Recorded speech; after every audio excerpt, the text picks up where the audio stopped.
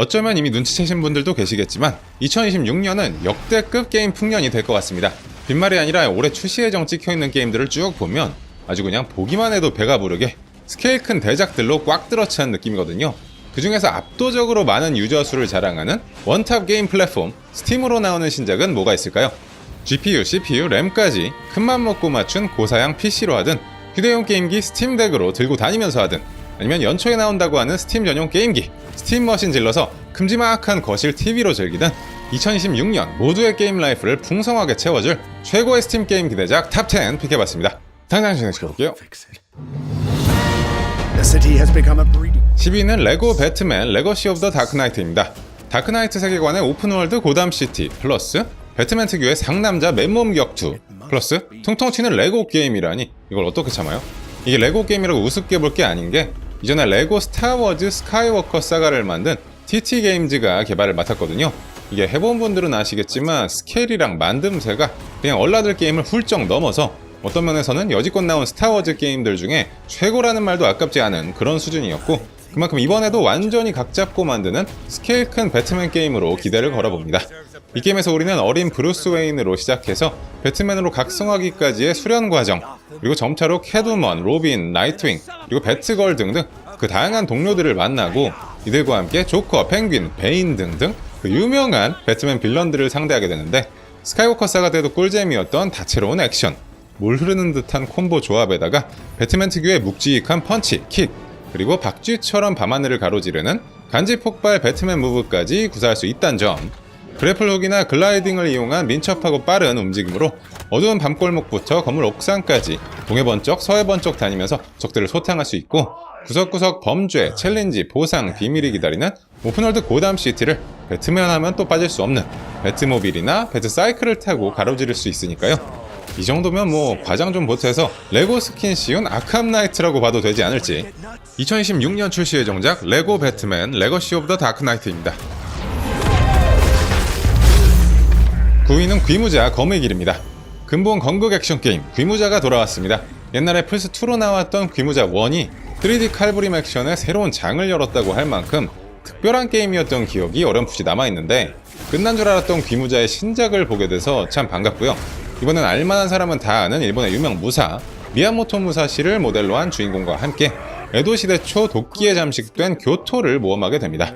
뜻밖의 사고로 꼼짝없이 죽게 생긴 무사시가 특수한 왕갑을 차고 귀신의 힘으로 되살아나게 되는데 오직 자신의 힘으로 검의 길을 나아가고자 했던 자부심과 더 큰 힘에 대한 욕망 사이에서 줄다리기 하며 들끓는 환마를 거침없이 배워나가는 모험이고요. 저마다 사연과 목적을 갖고 주인공을 돕는 협력자들도 만나고 미야모토 무사시의 호적수 사사키 코지로도 등장을 하는데 얘도 똑같이 완갑을 차고 있지만 그 힘에 먹혀서 흑화한 모습이더라고요. 다 떠나서 제일 중요한 건 귀무자의 칼부림 액션이 과연 얼마나 진화됐을까 하는 부분인데 한마디를 화려하게 썰어 제끼는 모습을 보면 옛날 귀무자 때랑은 또 다른 묵직한 느낌이 전해지고요. 그러면서 세키로처럼 아주 빠른 속도감은 아니지만 챙챙하고 튕기는 패링 타격감도 좋아 보이고 검술 동작도 그래픽 좋아진 만큼 정밀하게 각별한 써는 맛을 전해줄 것으로 기대를 모읍니다. 기본검 외에도 활을 쏴서 폭약통을 터뜨린다든가 언월도처럼 큰 무기를 휘두르며 화면 가득 광역기를 장렬시키는 등 다른 무기를 휘두르는 모습도 포착됐고요. 액션게임 명가 캡콤의 자존심이 걸린 야심작 2026년 출시 예정작 귀무자 검의 길입니다. 8위는 에이스 컴뱃 8 시브의 날개입니다. 전투기 조종 게임의 대명사 에이스 컴뱃도 무려 7년 만에 신작이 나옵니다.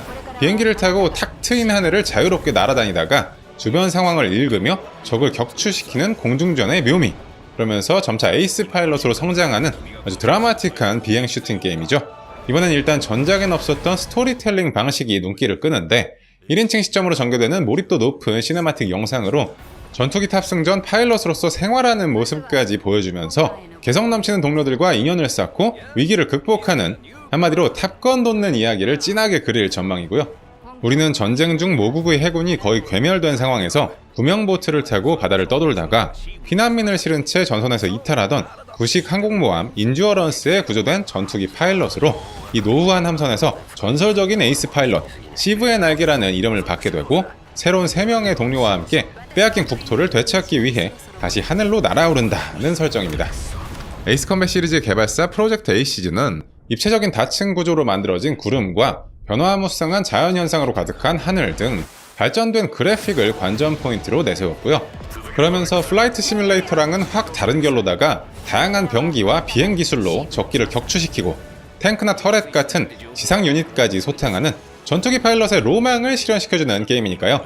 2026년 출시 예정작 에이스 컴뱃 8 시브의 날개입니다. 7위는 007 퍼스트 라이트입니다.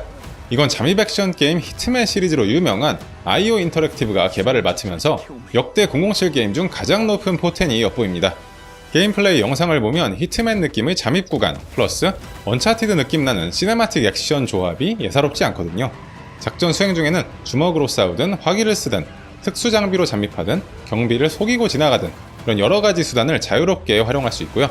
007하면 떠오르는 화끈한 자동차 추격신이랑 주변에 널린 폭발물을 빵빵 터뜨리면서 싸우는 슈팅 액션, 그 다음 비행기 안팎에서 떨어질 듯 말 듯 총싸움도 하고 몸싸움도 하고 여러가지 세트피스 액션을 아낌없이 선보였는데 그동안 언차티드 비스무리하게 나온 게임은 많았지만 그 아성에 도전할 만한 건 딱히 없었기 때문에 007 퍼스트 라이트는 여기 좀 비벼볼 만한 속 시원한 블록버스터가 되길 바라보고요. 007이다 보니까 스토리에도 관심이 가는데 기존의 영화상에서는 보통 노련한 중년, 베테랑으로 등장하는 제임스 본드지만 여기서는 특이하게 젊은 제임스 본드를 볼 수 있습니다. 젊은 해군 항공병이었던 제임스 본드가 복무 중에 눈부신 활약을 펼친 뒤 새로 부활한 00 프로그램에 합류하게 되지만 무모한 행동으로 인해 한 임무가 비극으로 끝나면서 멘토 그린웨이와 함께 거대한 음모를 파헤치고 국가 심장부에서 벌어지려는 쿠데타를 막는 이야기고요. 솔직히 중후한 맛이 빠지니까 이게 007 맞나? 아직 잘 적응은 안 되지만 너무 뻔하지 않고 쫄깃쫄깃 긴장감도 있는 한편의 웰메이드 첩보 영화 스토리 기대해보고요. 끝까지 공식 한글화 안 해주던 히트맨 때랑은 다르게 일찌감치 한글화도 확정돼서 안심하고 기다릴 수 있는 007 퍼스트 라이트는 2016년 5월 27일 출시작입니다. 6위는 인왕3입니다. 일본의 전국시대 배경 소울라이크로 팬들의 많은 사랑을 받아온 인왕 시리즈인데 6년 만에 나오는 후속작 3는 얼마나 많이 달라졌을까요? 일단 맵이 그동안의 선형적인 스테이지 구조에서 벗어나 오픈필드 탐험으로 확장이 됐다는 부분이 인상적인데 이게 엘든링처럼 완전한 오픈월드는 아니지만 전작에 비해 훨씬 스케일 크고 자유로운 탐험이 가능하며 필드에는 대회하는 보스급 요괴라든가 뭔가 숨어있을 것만 같은 수상한 취락, 불길한 지옥 던전 등 다양한 난관을 자유롭게 선택해서 공략할 수 있다고 하거든요. 또 한 번씩 필드의 모습이 크게 변화하는 경우가 있어서 변화 전과는 다른 새로운 발견을 즐길 수 있다는 데모까지 여러가지 탐험 요소가 탑재되면서 호기심을 끌고요. 전투 도중에 사무라이랑 닌자 두 가지 스타일을 자유롭게 전환하며 싸울 수 있다는 점도 좀 특이한데 사무라이는 전작들이랑 비슷한 조작감에 패링이랑 몇 가지 새로운 모션이 추가되면서 전공법으로 승부하는 방식인 반면 닌자는 재빠른 움직임과 공중 액션을 특징으로 여러가지 인수를 다루는 스타일입니다. 적의 공격을 아슬아슬하게 회피하는 간파 동작에다가 전체적으로 보다 속도감 있는 연타를 넣을 수 있고 멀리서 수리검 같은 거 던질 수도 있죠. 이 부분은 체험판 하면서 아직은 좀 애매했던 게 액션이 다채로워진 만큼 적 공략법도 다양하고 여러가지 빌드 실험하는 재미도 있겠지만 뭔가 살짝 어쌔신 크리드 섀도우스 때처럼 몰입감을 해치는 느낌도 받아서 역시 본게임을 해봐야 제대로 된 평가가 될 것 같거든요. 인왕3는 2026년 2월 6일 출시작입니다. 5위는 컨트롤 레조넌트입니다. 앨런 웨이크 컨트롤의 개발사인 레머디 신작이고요. 전작처럼 초자연 현상, 외계 침공 소재를 다루면서도 달라진 점이 상당히 많아서 더욱 관심이 가더라고요. 이번엔 전작의 주인공 제시 페이든이 아니라 그녀의 남동생인 딜런이 돼서 초현실적 현상으로 왜곡된 채 멸망의 위기에 처한 맨하튼을 탐험하는데 연방통제국의 격리에서 마침내 풀려난 딜런이 새로 각성한 힘으로 외계적 존재에 맞서 싸우며 자신의 누나면서 동시에 연방통제국 국장인 제시 페이든을 찾아 나서는 이야기입니다. 기묘한 이야기나 슈퍼8처럼 영화, 드라마로는 많지만 게임으로는 생각보다 보기 드문 게 이런 초자연 현상 미스터리물인데 그것도 트리플 A급 그래픽과 스토리로 즐길 수 있다는 데서 더욱 귀하게 느껴지는 레머디 게임이고요. 이번에 특히 기대가 되는 부분은 새로운 무기입니다. 이제 전작처럼 서비스 웨펀이라는 총기류가 아니라 변종이라는 이름의 형태 변이 근접 무기를 쓰게 되는데요. 이걸로 거대한 양손 해머를 만들어서 뼈가 으스러지는 강력한 일격을 가할 수도 있고 그러다 양손에 하나씩 드는 단검으로 분리시켜서 빠르고 정교한 연속 공격을 펼친다든가 커다란 낫처럼 생긴 무기 등등 적에 따라 상황에 따라 다채롭게 바꿔가면서 싸울 수 있고요. 그 밖에 주변 환경을 이용하고 원소 능력을 펼치는 여러가지 초능력도 대체로 근접 전투에 초점을 맞추고 있어서 이거야말로 컨트롤 레조넌트의 킬포가 될 것 같습니다. 총싸움도 좋지만 손맛은 역시 칼싸움이나 해머로 찍는 이런 근접 액션만의 타격감이란 게 있기 때문에 전작을 재밌게 한 사람은 물론이고 그렇지 않은 사람이라도 주목할 만한 가치가 있는 게임, 컨트롤 레조넌트도 2026년 출시 예정입니다. 4위는 더 블러드 오브 던 워커입니다. 뱀파이어 위쳐라고 들어보셨을라나 모르겠네요. 더 위쳐3 와일드 헌트의 디렉터가 만드는 새 IP라 개인적으로 위쳐4 못지않게 기대가 큰 작품, 14세기 유럽 배경의 다크 판타지 오픈월드 액션 RPG고요. 여기서 우리는 낮에는 인간, 밤에는 뱀파이어로 변하는 던워커라는 존재가 된 흑발 주인공 코엔이 돼서 가족을 구하기 위한 험난한 싸움을 하게 되는데요. 브렌이라는 뱀파이어 군주에게 붙잡힌 가족을 구하기 위해 주어진 시간은 단 30일. 그렇다고 실시간으로 시계가 똑딱똑딱 가는 건 아니고 퀘스트 진행이나 그에 준하는 활동을 하면 낮 또는 밤 시간이 지나가는 약간 페르소나 같은 방식인데, 그런 행동에 따라 뱀파이어 군주가 군대를 더 보낸다든가 마을 하나를 통째로 점거하기도 하는 등 선택에 따른 결과가 크게 다가오는 시스템을 예고했습니다. 여기서 주목해야 될 게 낮과 밤의 구분인데, 인간으로 활동하는 낮에는 일단 인간의 신체 능력, 뱀파이어 때보단 약하지만 무기를 다루며 마법도 쓸 수 있고, 반면에 밤이 되면 뱀파이어 특유의 우월한 신체 능력으로 울버린 같은 긴 손톱을 쓰면서 공격적이고 훨씬 빠르지만 음식 대신 피를 섭취해야 되고 정상적인 대화가 힘들다는 특이점이 있고요. 주인공뿐만 아니라 주변 인물, 뱀파이어들도 마찬가지로 낮과 밤 주기에 따라 다른 행동 양식을 띠면서 퀘스트 라인도 완전히 달라진다고 하거든요. 이런 독특한 시스템을 바탕으로 얼마나 변화무쌍한 스토리가 펼쳐질지 기대되고요. 끝으로 찐한 로맨스도 있다고 확정이 됐습니다. 과연 위쳐의 명성을 잇는 새로운 대작이 탄생할 수 있을지, RPG 팬들의 애간장을 태우는 2026년 출시 예정작 더 블러드 오브 던 워커입니다. 3위는 바이오하자드 레퀴엠입니다. 호러 액션 게임의 대명사 바이오하자드가 정식 시리즈 9번째 작품으로 돌아옵니다. 에단 윈터스 주인공 체제가 에이스로 막을 내리고 이번엔 그레이스 애쉬크로프트라는 젊은 여자 FBI 정보 분석관이 새로운 주인공으로 등장하는데, 그레이스는 엄마의 죽음과 관련된 것으로 추정되는 의문의 변사체 사건을 조사하기 위해 굳이 또 혼자서 폐허가 된 호텔 현장으로 향하게 됩니다. 연약한 여자 캐릭터가 칠흑 같은 어둠 속에서 끔찍한 괴물들을 상대하고 온갖 못볼 꼴을 보면서 더욱 생생한 공포감을 느낄 수 있을 전망이고요. 여기에 게임의 무대가 다름 아닌 라쿤시티라는 점, 만악의 근원 엄브렐라 본사가 있었던 곳이자 1998년 도시에 좀비가 창궐하면서 정부가 핵폭탄급 미사일 공격으로 모든 것을 불태워버린 그 비극의 라쿤시티에 30년 만에 돌아가게 되면서 그동안 시리즈에 등장한 익숙한 얼굴들을 많이 볼 수 있을 거라는 힌트가 있었거든요. 그 중에서도 제일 중요한 얼굴은 뭐니뭐니 해도 이분이겠죠. 우리의 김레온이 두 번째 주인공으로 확정됐고요. 독자적으로 엄브렐러사의 음모를 조사하다가 필연적으로 그레이스와 마주치게 되는 흐름 같은데, 이제는 희끗희끗 보이는 수염과 함께 영피프티 중년미를 뿜으며 손도끼로 좀비 대갈통을 찍기도 하고 전기톱으로 좀비 몸통을 갈아버리는 등 그레이스로 플레이할 때랑은 완전히 다른 짜릿한 액션 쾌감도 느낄 수 있겠습니다. 끝으로 바하 7, 8 같은 몰입도 높은 1인칭 시점이랑 2, 3, 4 리메이크처럼 매끄러운 액션이 강조되는 3인칭 시점, 두 시점을 게임 도중에 언제든지 메뉴 들어가서 자유롭게 왔다 갔다 할 수 있게 되면서 시점 때문에 호불호 갈릴 여지조차 남기지 않는 초기 대작 바이오하자드 레퀴엠은 2026년 2월 27일 출시작입니다. 2위는 팬텀 블레이드 제로입니다. 검은 신화 50의 뒤를 잇는 중국 게임 기대작. 이런 말 들은 게임이 벌써 몇 개 있긴 했지만 이번엔 오히려 어떤 면에서는 50을 뛰어넘을 만한 포텐까지 엿보이거든요.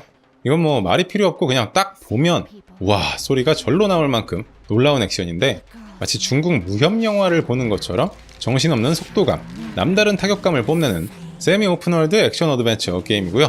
주인공은 디오더라고 하는 조직 소속의 엘리트 암살자로 디오더 교주를 살해한 누명을 쓴 채 이어진 격전에서 심각한 부상을 입게 되고 치료를 받았지만 남은 시간 66일의 시한부 신세가 되면서 죽음의 도주 중 무림의 거대한 음모를 파헤치기 위해 초인적인 괴물들과 맞서 싸운다는 설정입니다.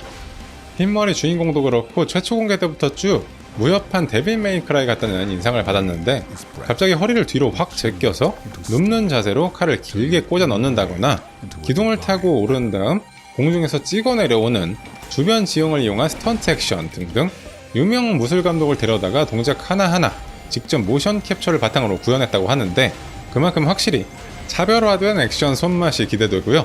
장검, 대검, 쌍단검 등 무기를 바꿀 때마다 달라지는 스킬에 틈틈이 원거리에서 활도 쏘질 않나 급기야 사자탈 같은 걸 꺼내들고 불까지 쏘는 모습, 주무기 30여 종 플러스 특별한 환영 무기 20여 종을 다루면서 간지철철 현란한 콤보 넣을 생각에 손이 근질근질합니다.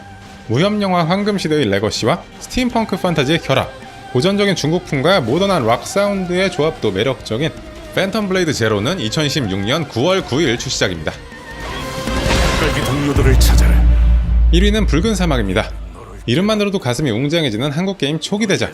붉은 사막에 이제 비단 국내뿐만 아니라 전 세계 게이머의 관심이 쏠려 있습니다. 특히나 최근 개발자 인터뷰에서 이 오픈월드 스케일이 스카이림의 2배, 그리고 레드데드 리뎀션 2보다 크다 라고 공언을 하면서 더욱 심하게 뽐뿌를 채우는 상황. 물론 오픈월드가 크다고 다는 아니지만 그 부분을 누구보다 잘 알고 있을 펄어비스에서 얼마나 흥미로운 할 일들과 놀거리를 채워놨을지 기대되고요.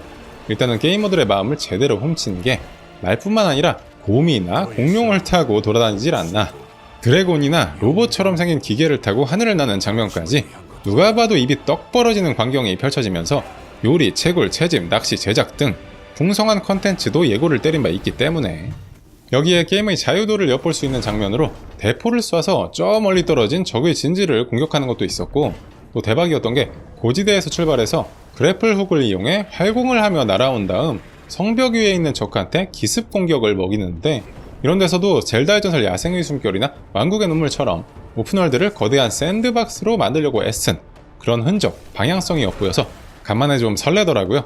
물론 아주 중요한 스토리랑 퍼즐 이런 부분은 어떻게 뽑힐지 아직 미지수지만 전투 액션만큼은 거의 격투 게임에 버금갈 수준으로 일단 커맨드 조합을 통해 파생되는 기술이 엄청 많고 어떻게 방어하고 어떤 기술로 공격할지, 그리고 지형을 이용해서 어떤 위치에서 어떻게 싸울지 이런 공략의 가능성이 무궁무진하게 펼쳐질 것 같거든요.